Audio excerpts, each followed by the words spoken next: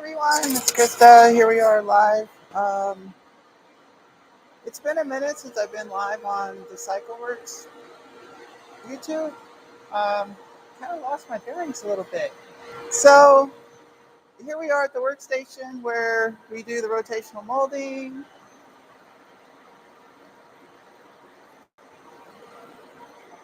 We've got the arm in the oven, and right now it's getting the molds up to, I'd say, about 100 degrees Fahrenheit.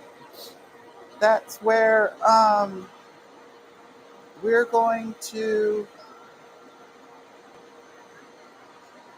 get the molds up to. So like we have a known amount of calories when we start the next, when we start the bake cycle and all that. So you see here, I'm making a post live on YouTube. Okay.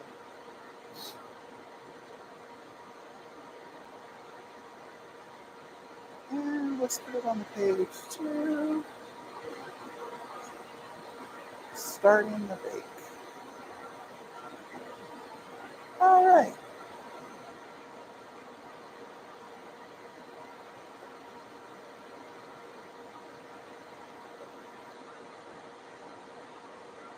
So does it show we already have messages?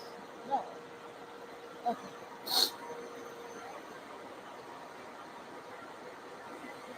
Kill my phone, put it away. So the next steps are we're going to do the shot for the mold. So the shot's when we weigh out the powder of the resin so that we can get the tank the right weight. So it's the weight and the thickness of the sides. We go for about a 1/4 inch wall thickness. And do I see a green dot? I don't see a green dot on the microphone. My mic is on, so then there's that. Okay, whatever. I just kind of assume the microphone works.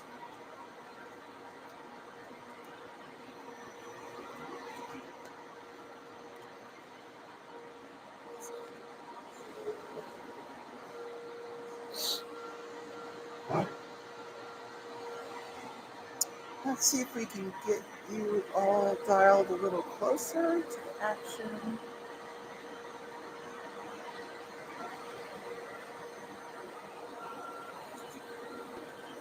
I mean, it's not much, but it's something. Okay. So I have the trays out for the molds we're working. Put away stuff we're not gonna need. We have our scale.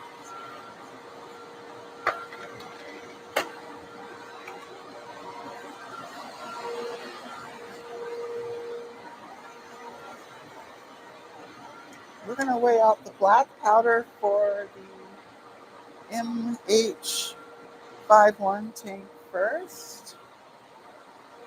We're going to put 8 pounds in it.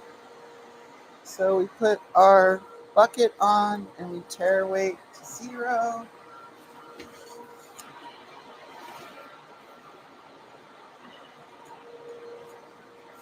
The MTT tank we're making is going to be red. So this pallet has our black. We buy half ton at a time.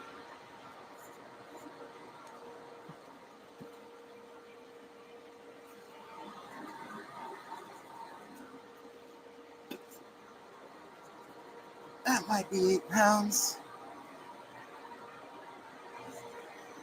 8.24.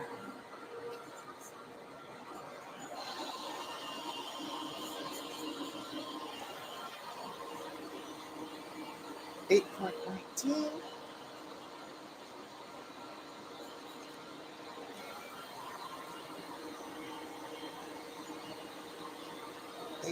12.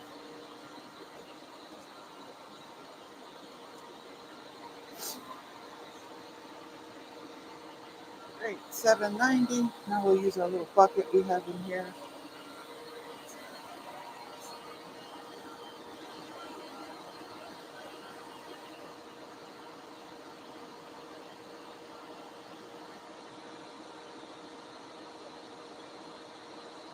8.02 pounds. Perfect. That will work.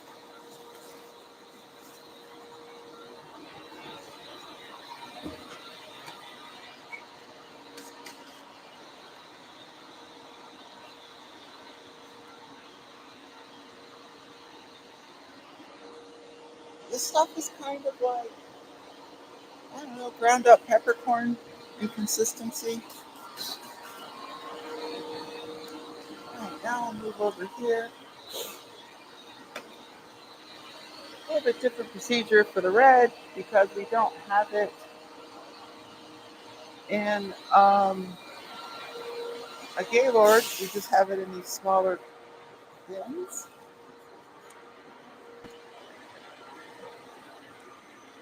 The red was in a Gaylord when it was made. We keep its bucket isolated from all other environments so the red doesn't get contaminated. If you mix resins, they actually don't blend. You get, like, say if we had a handful or, say a third of this black, it would be a spackle pattern instead of a simple darker red. There would be the same bright red and there would be black chunks. This tank gets 9 pounds. Hopefully this bin has 9 pounds in it.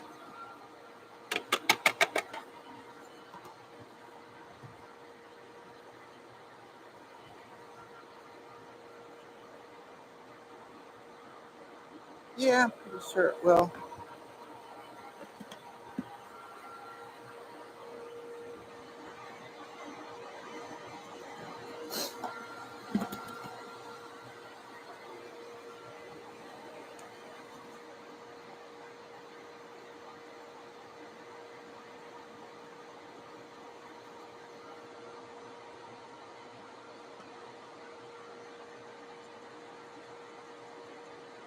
Eight 8.6, 8.87, 9.01. Perfect. Now we'll get this off the scale so it doesn't slide off and spill. I have done that. It's a sad day.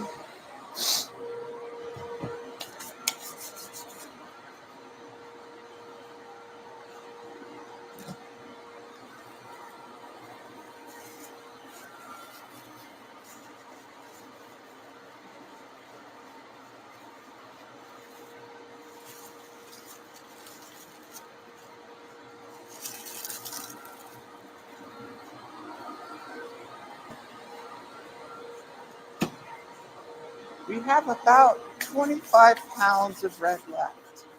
That's it. There will be no more red.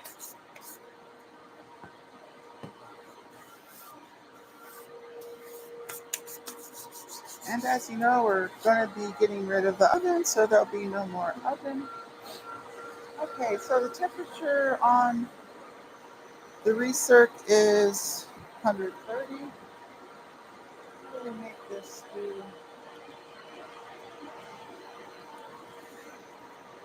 All right, we're going to open the doors and take a temperature measurement. See if our tools are about 100.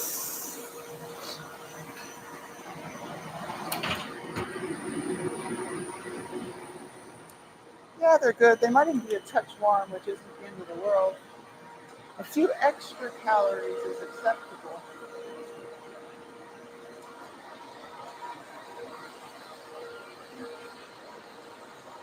The goal of the bake is to get the interior of the oven up to 400, or the interior of the tools up to 400 degrees. The tools being the molds.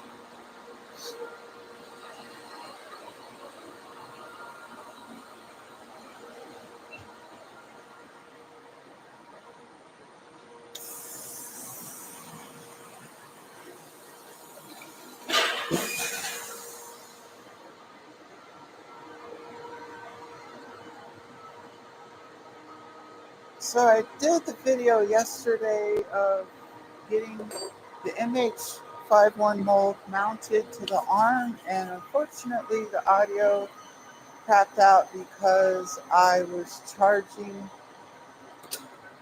the phone, and then when I was done charging the phone,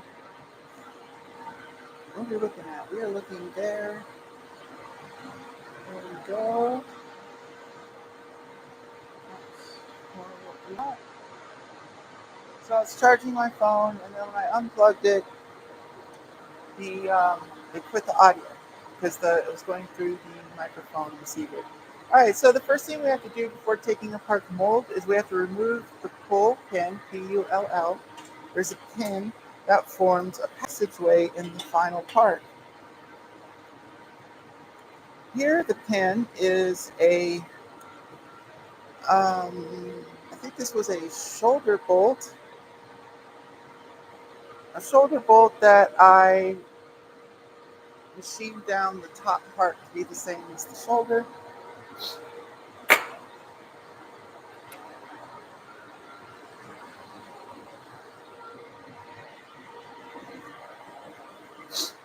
People call molds tools because you interact with them like a tool.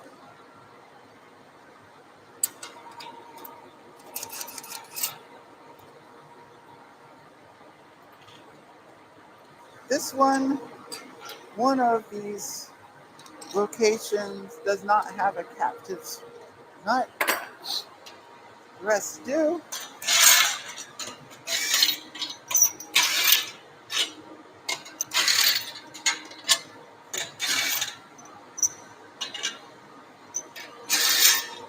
This mold is a two-piece mold.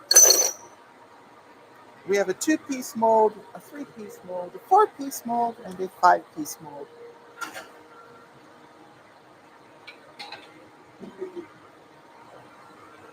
It always needs a pry bar. And we need to change the date dial. That's another reason a little bit of extra heat is okay.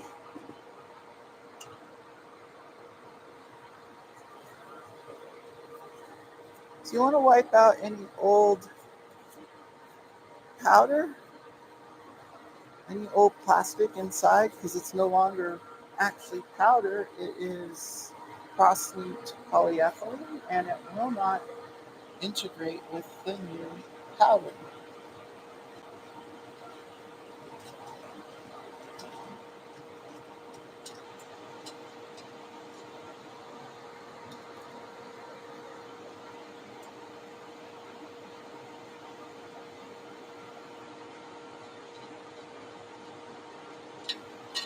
We get our date dials from Weathermark. It's just a flathead screw. It has an arrow and two numbers.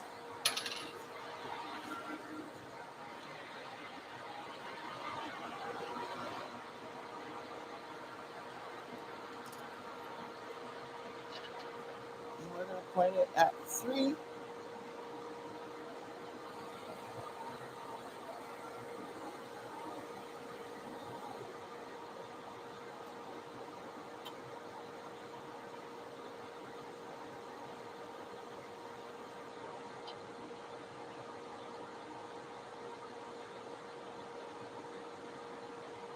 And yes, one-handed, I just put the spring and started the nut. Doesn't often work out quite so skilled. Sadly, this date dial is a handle right here, so it's easy to bump it and change the date. So you have to pay attention on the MH tool when you're handling it. This is the first tool we made. We had this tool made for us, and I was very much not a part of the process. It's kind of weird. And then when we moved to Georgia, I fixed a couple holes in the mold and added the through pin to aid in reliability. So you also don't want too much on this tank, because if you have too much powder, the wall thickness is too thick between the battery box, this is the bottom of the battery box, and the bottom of the tank. And so if you're inconsistent with the thickness, you don't know what's going to happen. It might bridge, it might not. It might make um, weird bubbles or things. So you always want to try to keep 3 times your wall thickness between edges of the mold. And right here we don't. So I added that big giant pin to help with that. You pour the shot in. Um, it doesn't flow quite like soft sand or water, so you can kind of make a mound in the middle.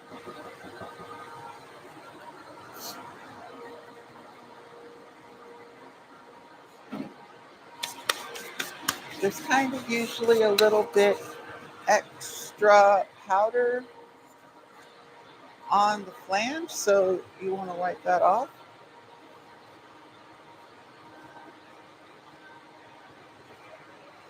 It leaks enough without aiding the process.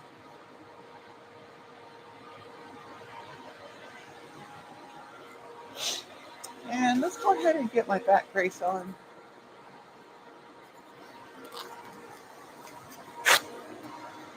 This mold section isn't quite heavy enough to warrant it, but the next tank, its piece is heavy enough.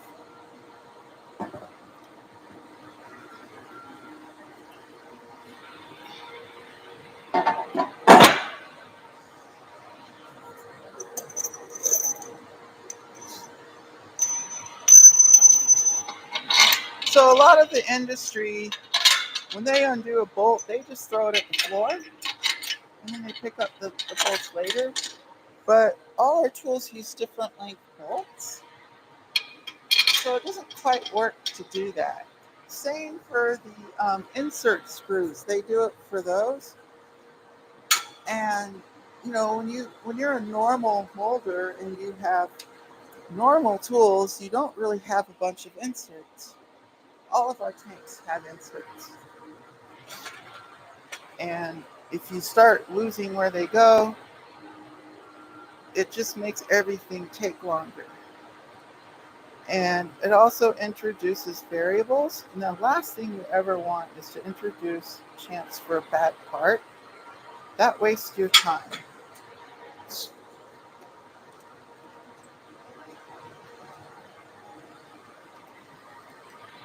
So whoever gets the oven and the molds, they're going to get all the process and the training, all the gotchas and how-tos. So we put the impact on 2.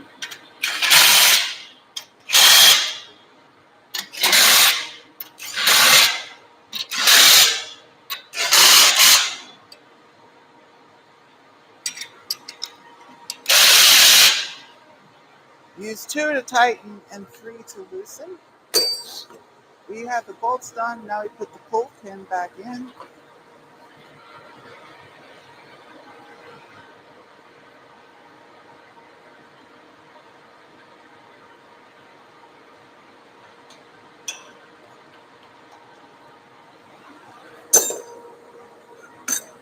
I have these trays, and so the bolts and the tools for the mold go in the big tray. The little tray gets the inserts.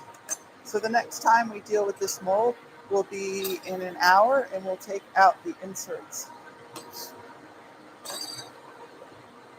I also keep my trays separated from each other, and it helps prevent putting bolts into the wrong tool.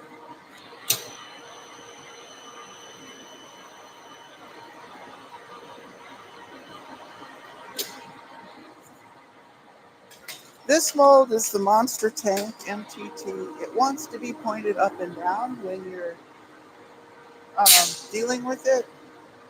We do have a pull pin up here at the top. It's for the drain.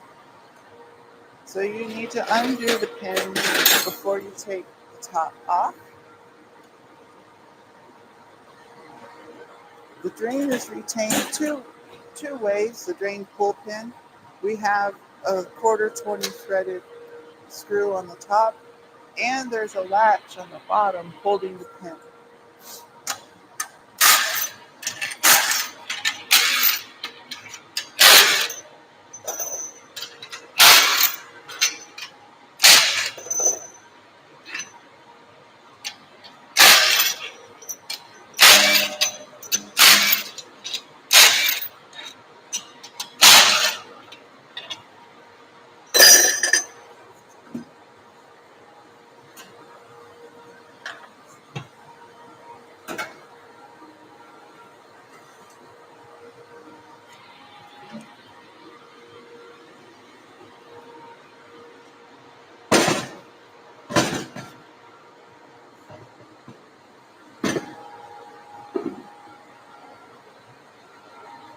Double check that we don't have debris.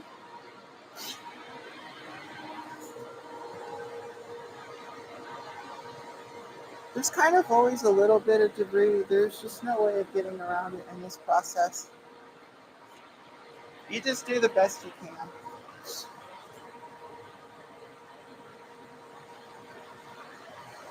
All right, we are pointed at the 3. We have a 23 dial. Now I know from experience it just needs a little bit more angle that way so that you don't spill the powder over. This tank's going to be red.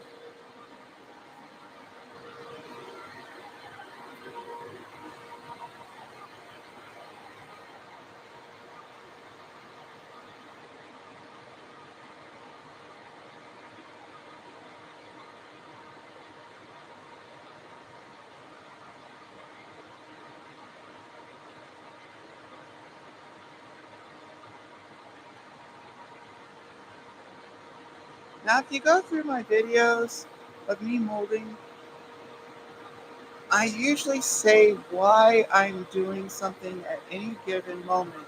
So like loading the tools, how I put the pins in or the screws. And so there's a lot of learned knowledge in there and experience. Molding is relatively simple, but it's very easy to get bad parts if you're not attentive. And I'm very good at attention to detail things, like keeping the red bucket isolated prevents black powder from getting into the red and ending up on the top of the tank. There'll always be black powder, there'll always be dark spots. So we do the best we can to minimize when it happens. Ooh, that thing's heavy.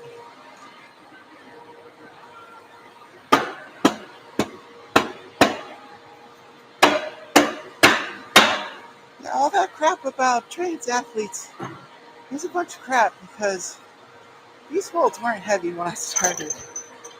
I have lost a good bit of strength. I didn't have to try to pick them up before HRT.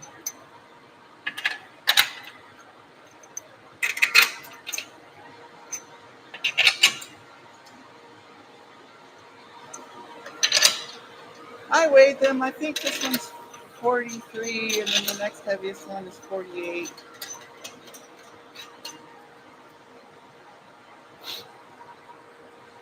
Just doesn't seem real impressive when you hear the real number. All right, so we put it back on 2 and tighten.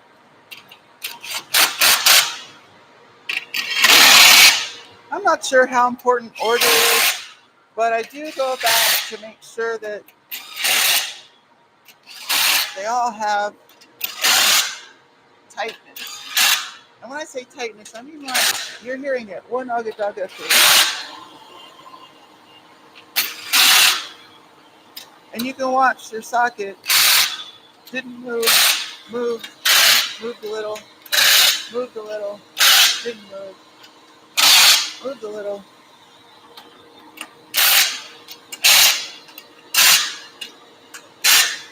There's probably 20 or 25 foot-pounds on these.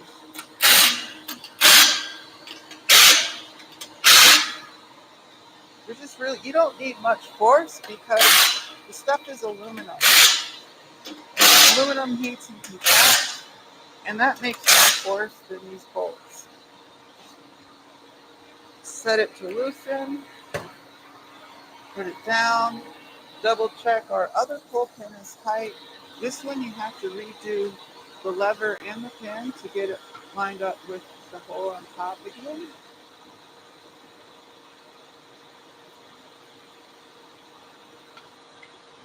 Relock that, move away our table.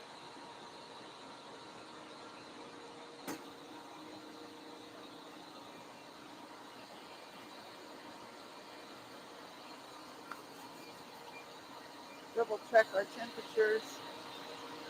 So it's like 90, 93. Kind of the goal is to make it to where it's the same temperature year round. So it'll be in the 90s when it's in the middle of summer. So I try to make that way my experience is the same all year round. I don't need to like second guess for the weather or run times.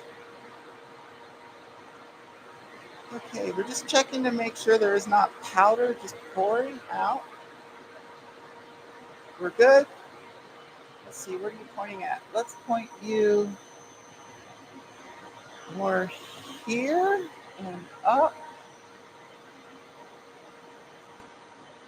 And then we're going to open the doors and pull the oven over the arm and start our oven bake cycle.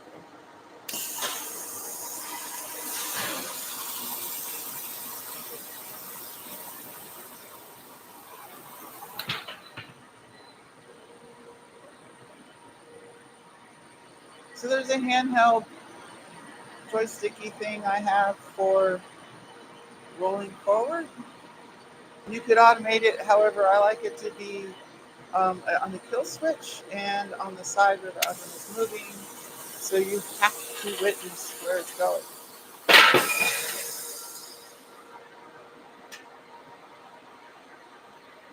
Let's see.